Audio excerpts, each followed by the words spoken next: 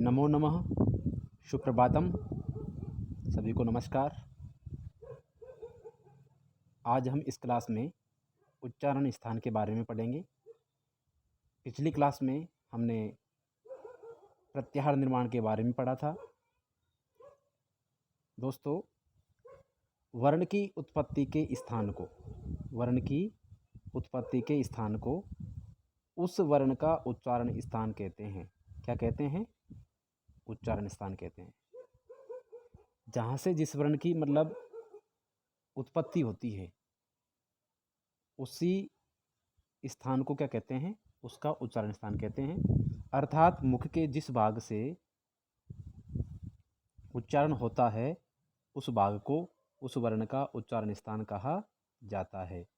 सामान्यतः उच्चारण स्थान 7 प्रकार के होते हैं। कितने प्रकार होते हैं? 7 प्रकार के होते हैं। कौन कौन से होते हैं?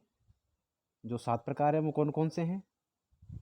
कंठ, तालु, मूर्धा, दंत, ओष्ठ, जिह्वामूल और नासिका। ये 7 प्रकार के उच्चारण स्थान सामान्यतः माने गए हैं। लेकिन दोस्तों, जो पाणिनीय शिक्षा है, उसमें पाणिनीय शिक्षा में उच्चारण स्थान कितने माने गए हैं? 8 माने गए हैं। कितने माने गए हैं? 8 माने गए हैं पाणिनीय शिक्षा में। और हमने पूर्व में सामान्यतः 8 उच्चारण स्थानों के बारे में पढ़ लिया है। तो पाणिनीय शिक्षा में 8वां जो उच्चारण स्थान है वह उरस है। क्या है? उरस है, जिसका अर्थ क्या होता है? हृदय होता है। क्या होता है?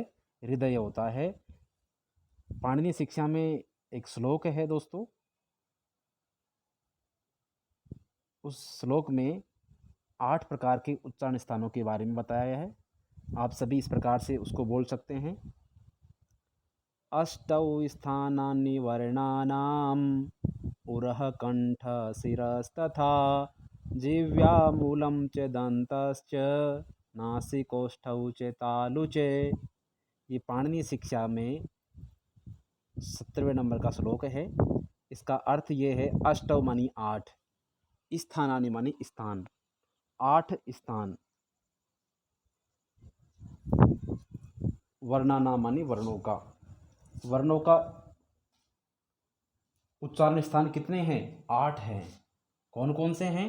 उरह मानी उरस, नंबर 2 कंठ, नंबर 3 सिर का मतलब मूर्धा, नंबर 4 जिह्वामूल, नंबर 5 दंत, नंबर 6 नासिका, नंबर 7 ओष्ठ और नंबर 8 तालु। ये 8 प्रकार के उच्चारण स्थान माने गए हैं। किस में माने गए हैं? पाणिनीय शिक्षा में।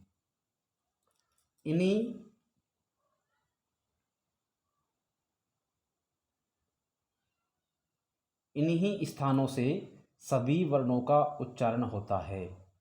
इस वर्णोच्चारण में जिह्वा पर भी परम सहयोग होता है।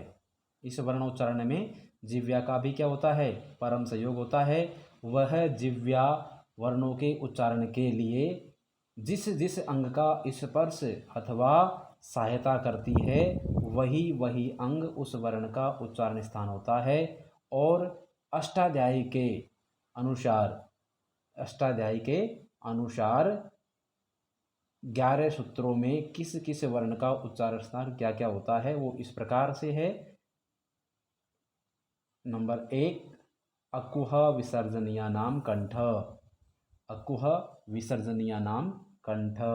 इसमें जो ए है, उसके बाद में जो कु है, उसका मतलब कै वर्ग है। और कै वर्ग में 5 अक्षर आते हैं, कै, ख, ग, घ, ग। और उसके बाद में है और उसके बाद में विसर्ग। इन वर्णों का उच्चारण स्थान कंठो मतलब कंठ भवती मानी होता है।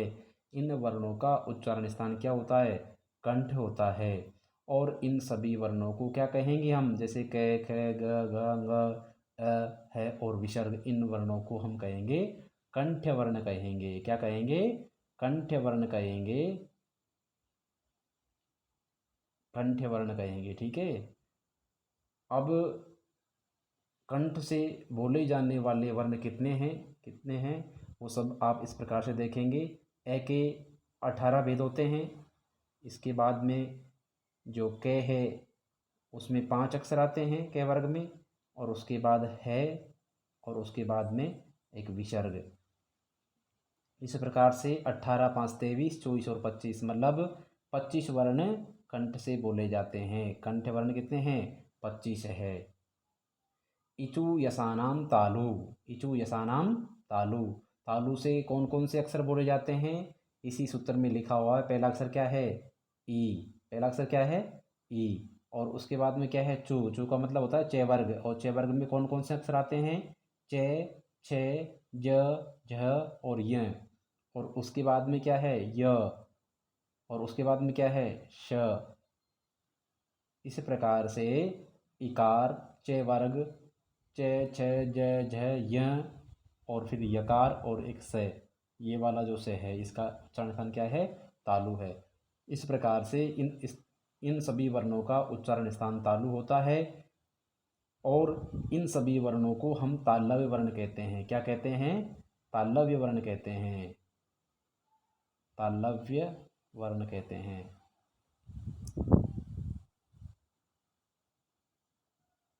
और दोस्तों, इसके अंतर्गत जो ई होता है उसके 18 भेद होते हैं, और च वर्ग जो है उसमें 5 वर्ण होते हैं, और एक य व लो द्विधा, तो ये को 2 माना गया है।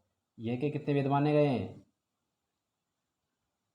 2 भेद माने गए हैं। य व लो द्विधा, ये व और ले जो 3 वर्ण होते हैं, इन तीनों वर्णों के 2-2 रूप होते हैं। तो इस प्रकार से 18, 5 और 2 ये हो गए, और इसके अलावा एक से बचा, इनको जोड़ेंगे 18, 5, 23 तो 25 और एक 26, तो 26 वर्ण तालव्य वर्ण होते हैं, या 26 वर्णों को तालु से बोला जाता है।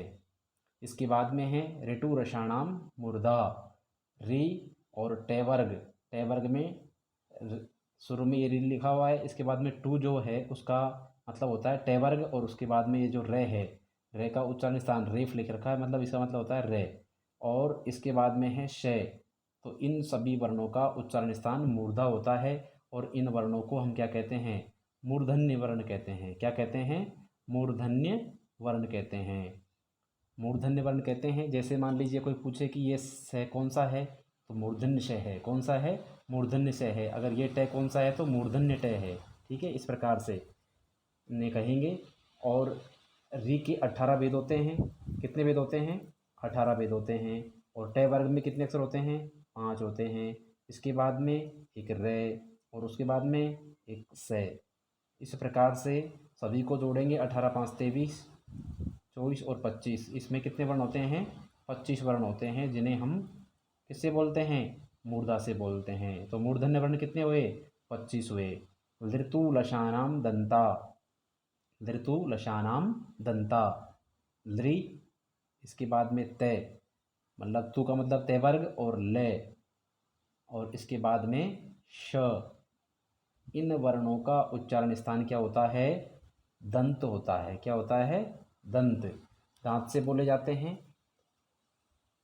और इन्हें सब क्या कहेंगे? दंत्य वर्ण कहेंगे। इन जो वर्ण है री तय वर्ग के जो तय थे, द, न है, और ले और से है, इन सभी वर्णों को दंत्य वर्ण कहेंगे। क्या कहेंगे? दंत्य कहेंगे, या दंती भी कहते हैं। तो इसे दंती सकार भी कहते हैं, दंती भी कह सकते हैं। इस प्रकार से ये सभी वर्ण दांत से बोले जाते हैं, दंत से बोले जाते हैं। और लृ के कितने भेद हैं? लृ के 12 भेद होते हैं। इसके बाद में तय वर्ग में 5 अक्षर होते हैं। उसके बाद य व ला, य व ला, ले को भी मतलब 2 भेद माना गया है, तो यहाँ ले के 2 भेद हो गया, और उसके बाद में एक से हो गया। सभी को जोड़ेंगे 12, 5, 17, 18, 19 और 21, मतलब 20 वर्णों का उच्चारण स्थान क्या है? दंत है। या दंती वर्ण कितने होते हैं? 20 होते हैं। उपपद्मानीयानाम् औष्ठौ, उपपद्मानीयानाम् औष्ठौ। उ का मतलब ऊ से है, पू का मतलब पै वर्ग से है, और उपपद्मानीय, उपपद्मानीय में क्या है? उपपद्मानीय में पे और फे से पहले यदि कोई अर्ध विसर्ग होता है, जैसे मान लीजिए ये विसर्ग है, ठीक है, और एक विसर्ग ये है। अब इनको हम क्या करेंगे, यदि आधा मिटाएंगे, यहाँ से जैसे आधा मिट जाता है, ऊपर से आधा मिट जाएगा, तो इस प्रकार का चिन्ह बनता है, ठीक है। इसे हम क्या कहते हैं? अर्ध विसर्ग कहते हैं। पे से पहले मिलेगा और फे से पहले मिलेगा, तो इसे हम उपपद्मानीय कहते हैं। तो इन वर्णों का उच्चारण स्थान क्या होता है? ओष्ठ होता है, और इन्हें ओष्ठ वर्ण कहते हैं। उकार का उच्चारण स्थान 18। कितने वेद होते हैं इसके? 18 वेद होते हैं। कितने होते हैं? 18 होता है। और पे वर्ग में 5 अक्षर होते हैं, और उपपद्मानीय का 1। 18 5 23, 1 24। तो ये कितने वर्ण हो गए? 24 वर्ण हो गए। कितने हो गए? 24 हो गए। तो 24 वर्णों का उच्चारण स्थान क्या है? 24 वर्णों का उच्चारण स्थान ओष्ठ है। यमगणनानां नासिका च, यमगणनानां नासिका च, य म ग ण न, इन वर्णों का उच्चारण स्थान क्या है? नासिका है। नाक से बोले जाते हैं, इसलिए इन्हें नासिका वर्ण कहा जाता है। और अंत में सूत्र में च दिया हुआ है, उसका मतलब क्या होता है? देखिए, चकारात स्वे स्वे वर्गस्य उच्चारण स्थानम अपि भवति। मतलब च का मतलब ये हुआ कि और, मतलब ये तो होता ही है, नासिक का उच्चारण स्थान तो होता ही है, लेकिन और कौन सा स्थान होता है? इनका उच्चारण स्थान होता है कौन सा? जो वर्ग का, जिस वर्ग का जो अक्षर होता है, उसी वर्ग का उच्चारण स्थान भी होगा। जैसे ये जो है चे वर्ग का है, तो चे वर्ग का उच्चारण स्थान क्या होता है? इचु यसानाम तालु। तो मतलब इसका तालु भी उच्चारण स्थान होगा, और साथ में नासिका भी होगा, और अन्य सभी वर्णों का इस प्रकार से उच्चारण स्थान होगा। एदयितो कंठ तालु, एदयितो कंठ तालु, ए ऐ, इन वर्णों का उच्चारण स्थान कंठ और तालु होता है। ए का जो निर्माण होता है वो किस प्रकार से होता है? ए और ई मिल करके, ए और ई मिल करके ए बनता है, इसलिए ए का उच्चारण स्थान क्या है? कंठ होता है, और ई का इचुषानाम तालु, अकु विसर्जन कंठ है, इचुषानाम तालु। तो इस प्रकार से ए का उच्चारण स्थान क्या हो गया? कंठ और तालु। और एकार का निर्माण कैसे होता है? ए प्लस ए बराबर क्या होता है? आई होता है। तो ए का उच्चारण स्थान क्या होता है? कंठ होता है, और ए का तालु होता ही है, इस प्रकार से कंठ तालु हो जाता है। और ए और आई जो वर्ण है, उनके दोनों के कितने कितने वेद माने गए हैं? दोनों के 12 वेद माने गए हैं। कितने? 12। और इसके भी कितने? 12। इस प्रकार से कितने हो गए? 24 हो गए। कितने हो गए? 24। 24 वर्णों का उच्चारण स्थान क्या होता है? कंठ और तालु होता है। ओदौ तो कंठोष्ठम, ओदौ तो कंठोष्ठम। ओकार और औकार जो वर्ण होते हैं, उनका उच्चारण स्थान क्या होता है? कंठोष्ठ होता है। क्या होता है? कंठोष्ठ होता है। ओ जो बनता है, उसका इस प्रकार से निर्माण होता है, ए प्लस उ शब्दों से मिलकर के ओ बनता है। अकुह विसर्जनीय नाम कंठ, उपपद्मानीय नाम औष्ठौ। तो इस प्रकार से ए और उ का जो कंठोष्ठ उच्चारण स्थान होता है, इस प्रकार से ओ का क्या स्थान, उच्चारण स्थान हुआ? ओ का उच्चारण स्थान हुआ कंठोष्ठ। और औकार का भी उच्चारण स्थान क्या होता है? कंठोष्ठ होता है। किस प्रकार से? ए और ओ मिल करके क्या बनता है? औ बनता है, और उसका उच्चारण स्थान क्या होगा? कंठोष्ठ होगा। और इन दोनों का भी 12 और 12 उच्चारण, 12 वेद होते हैं। इस प्रकार से कितने हो जाएंगे? 24 हो जाएंगे। वकारस्य दंतोष्टम, वकार का उच्चारण स्थान क्या होता है? वकार का उच्चारण स्थान क्या होता है? दंत और ओष्ठ। और वकार का भेद कितना होता है? 2 होता है। य व लो द्विधा, यबला द्विधा। ये व और ल, इन तीनों वर्णों के दो दो भेद माने गए हैं, नासिक और अनुनासिक। ठीक है, तो यहाँ जो व है उसके दो भेद माने गए हैं। दोनों वर्ण किससे, दोनों भेदों का उच्चारण स्थान क्या होगा? तंतोष्ट होगा। जिव्यामूलीयस्य जिव्यामूलम, जिव्यामूलीयस्य जिव्यामूलम। जिव्यामूलीय वर्ण कौन कौन से हैं? क और ख। क और ख जो वर्ण है उससे पहले इस प्रकार का चिन्ह आता है जिसे हम अर्धविसर्ग कहते हैं, और इसे हम क्या कहेंगे? जिव्यामूलीय कहेंगे। और उसका उच्चारण स्थान क्या होता है? जिव्यामूल होता है। क्या होता है? जिव्यामूल होता है। और ये कितने प्रकार का होता है? एक प्रकार का होता है। ठीक है, नासिका अनुस्वारस्य, और नासिका का उच्चारण स्थान किससे होता है? अनुस्वार का जो उच्चारण स्थान है वो नासिका से होता है। अनुस्वार जैसे इस प्रकार का चिन्ह होता है, ठीक है, उसका उच्चारण स्थान क्या होता है? नासिका होता है। नोट, उच्चारण स्थानों में ध्यान में रखने योग्य बातें हैं जो इस प्रकार से हैं। नंबर 1, उच्चारण स्थान में वर्णमाला के 10 वर्ण ऐसे हैं। उच्चारण स्थान जो हमने पढ़े हैं 7 एवं 8 प्रकार के, उसमें 10 वर्ण ऐसे हैं जिनके दो दो उच्चारण स्थान है। क्या है? दो दो उच्चारण स्थान है। तथा अन्य सभी वर्णों का उच्चारण स्थान एक एक होता है। दो दो उच्चारण स्थान वाले कितने वर्ण हैं? 10 वर्ण हैं। आपको ध्यान रखना है कि 10 वर्ण ऐसे हैं जिनका उच्चारण स्थान दो दो होता है, बाकी सभी वर्णों का उच्चारण स्थान एक एक ही होता है। वो दो दो उच्चारण स्थान वाले जो 10 वर्ण हैं वो निम्नलिखित हैं। कौन कौन से हैं?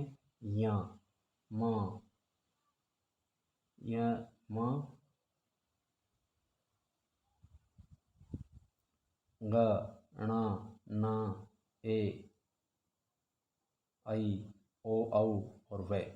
देखिए, जैसे य, म, ग, ण और न जो है, इन सभी वर्णों का उच्चारण स्थान नासिका होता है। अपन ने पढ़ा है यम गणना नाम नासिका च। ठीक है, तो उसमें नासिका तो होता ही है, लेकिन जो ये वर्ण है वह किसका है? कौन से वर्ग का है? च वर्ग का है। किसका है? च वर्ग का है। अब जो च वर्ग है, च वर्ग का उच्चारण स्थान क्या होता है? इचु यसानाम तालु। तो इसका तालु भी उच्चारण स्थान होगा और नासिका भी होगा। ठीक है, इसी प्रकार से मैं कौन से वर्ग का है? पे वर्ग का है। किस वर्ग का है? पे वर्ग का है। तो पे वर्ग का उच्चारण स्थान क्या होता है? उपपदमानिया नाम ओष्ठ। तो ओष्ठ हो गया और नासिका होता ही है। और गे कौन से वर्ग का है? के वर्ग का है। कौन से वर्ग का है? के वर्ग का है। तो के वर्ग में के वर्ग का उच्चारण स्थान क्या होता है? अकुह विसर्जनीय नाम कंठ। तो कंठ हो गया और नासिका होता ही है। और ण जो वर्ण है वो कौन सा है? कौन से वर्ग का है? टे वर्ग का है। कौन से वर्ग का है? टे वर्ग का। तो टे वर्ग का उच्चारण स्थान क्या होता है? ऋतु रसाणाम मूर्धा। तो ये मूर्धा हो गया और नासिका होता ही है। और न जो वर्ण है वो कौन से वर्ग का है? तय वर्ग का है। कौन से वर्ग का है? तय वर्ग का है। तो तय वर्ग का उच्चारण स्थान क्या होता है? ऋतु लशानाम दंता। तय वर्ग का उच्चारण स्थान क्या है? दंत होता है। और इस प्रकार से न का उच्चारण स्थान दंत और नासिका दोनों होंगे। और ए जो वर्ण होता है और ऐ, ए और ऐ, इन दोनों के दो दो उच्चारण स्थान होते हैं, कंठ और तालु। क्योंकि ए का निर्माण ए प्लस ई बराबर मिलकर के होता है, जिसमें ए का उच्चारण स्थान कंठ होता है और ई का उच्चारण स्थान तालु होता है। ए और ई, ए का उच्चारण स्थान कंठ होता है और ई का उच्चारण स्थान तालु होता है। इस प्रकार से ए और आई का भी इसी प्रकार से होता है। एम आई में क्या होता है? ए प्लस ए होता है। और ओ और औ जो वर्ण होते हैं उनका उच्चारण स्थान कंठ और ओष्ठ होते हैं। और व का दंतोष्ठ, वकार का क्या होता है? दंत और ओष्ठ होता है। यम गण, ये म गण न, ये 5 वर्ण अनुनासिक वर्ण कहे गए हैं।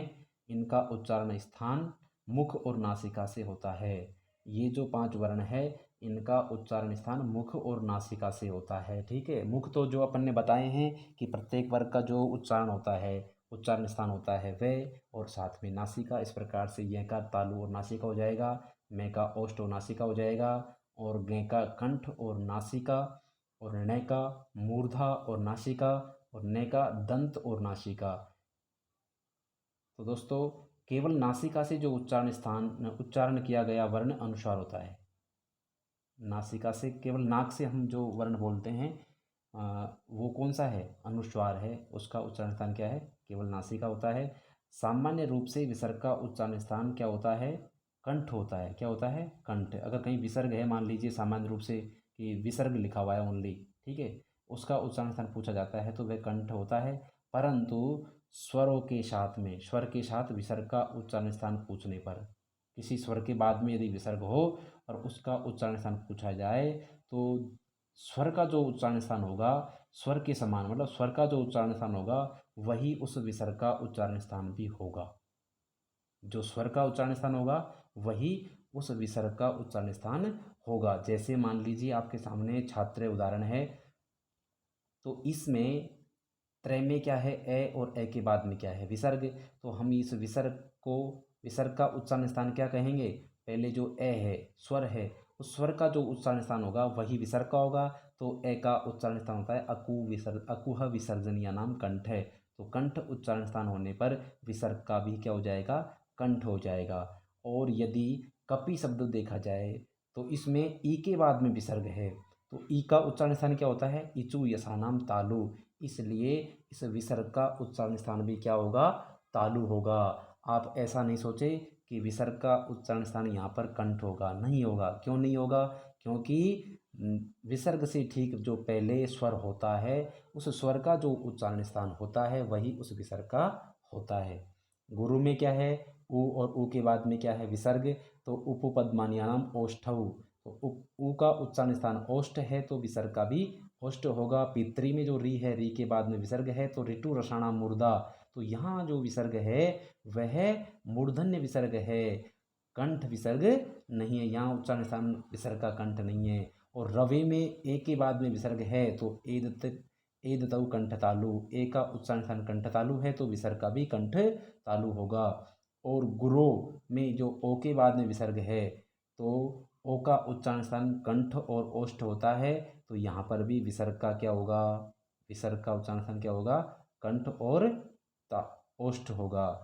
तो दोस्तों इस प्रकार से आपको विसर्ग के बारे में, विसर्ग का उच्चारण स्थान के बारे में समझ में आया होगा। सामान्यतः कई विद्यार्थियों को यही पता होगा कि विसर्ग का उच्चारण स्थान कंठ होता है, लेकिन आप ध्यान रखें कि कंठ, इसका उच्चारण स्थान वही होता है जहाँ उससे पूर्व स्वर जो होगा उसका उच्चारण स्थान भी कंठ हो। तो यदि इसके अलावा ई मिल रहा है तो उसका उच्चारण स्थान क्या होगा? तालु होगा। तो इस प्रकार से इस क्लास में इतना ही दोस्तों, फिर मिलते हैं नेक्स्ट वीडियो के साथ में। दोस्तों आप सभी से निवेदन है कि आप इसे लाइक और कमेंट करें और इस चैनल को सब्सक्राइब कर लें, और फिर मिलते हैं नेक्स्ट वीडियो में। धन्यवाद।